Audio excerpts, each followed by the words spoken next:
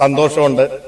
പട്ടാമ്പിയിലെ ജനങ്ങൾ, ഞാൻ തുടക്കത്തിലെ പറഞ്ഞിരുന്നു, ഒരു കുഞ്ഞിനെ അമ്മ ഏറ്റെടുക്കുന്നത് പോലെ കൈക്കുമ്പിളിൽ ഏറ്റെടുക്കുമെന്ന്, നെഞ്ചോട് ചേർത്ത് വെക്കുമെന്ന്. അത് സംഭവിച്ചു.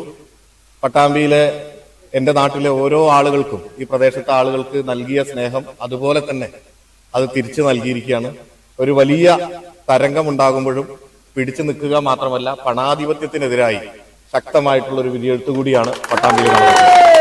അതുകൊണ്ട് തന്നെ എല്ലാ വോട്ടർമാരോടും കക്ഷി രാഷ്ട്രീയ ഭേദമന്യേ ഈ തെരഞ്ഞെടുപ്പിൽ വിജയത്തിന് വേണ്ടി പ്രവർത്തിച്ച എല്ലാവരോടും ഹൃദയം നിറഞ്ഞ് നന്ദി അറിയിക്കുകയാണ്.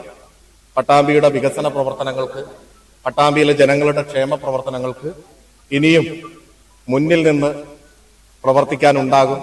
അതിനവസരം നൽകിയ ആളുകൾക്ക് ഒരിക്കൽ കൂടി എല്ലാ ആളുകളോടും ഹൃദയം നിറഞ്ഞ് നന്ദി അറിയിക്കുന്നു.